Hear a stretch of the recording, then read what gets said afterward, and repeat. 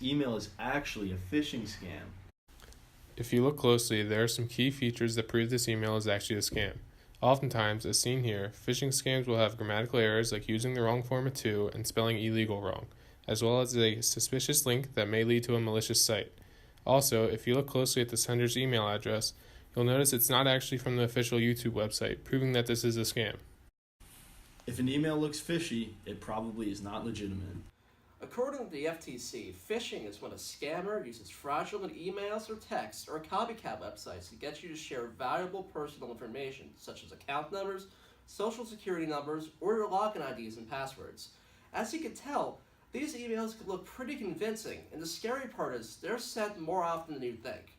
According to security firm Symantec, 1 in every 2,596 emails was a phishing attempt in 2016. With the amount of web use today, that's a scary amount of scams. Not only are they a threat to you, but they're also a threat to your children, as they can possibly affect their online identities. In fact, according to Carnegie Mellon University, children are 51 times more likely than adults to have their identities stolen. So as a parent, it's important to know what to look out for. According to the Australian government, 45% of 8 to 11-year-olds use social media sites. So some of the most common scam emails look like they came from trusted sources like YouTube or other social media and gaming sites that they use every day. These emails may try to warn them that their account has been locked or compromised, stating that the only option to save their account is to authenticate themselves by providing personal info like a password, birthday, or even worse, a credit or debit card or a social security number.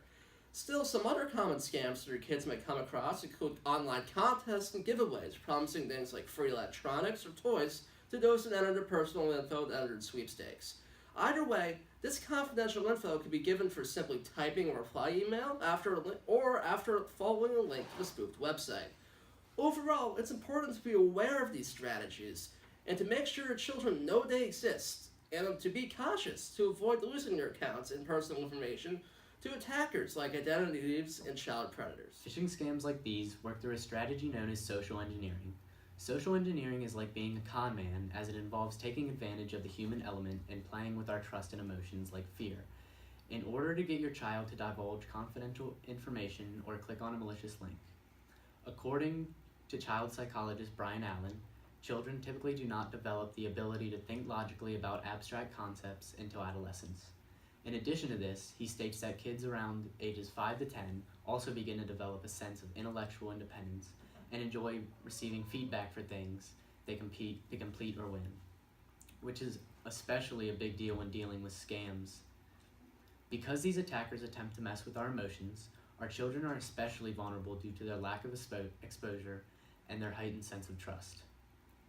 Through this, these emails will attempt to coerce kids and adults alike into doing one of 3 things: replying back with personal information, clicking a link to a malicious site, or downloading an infected attached file.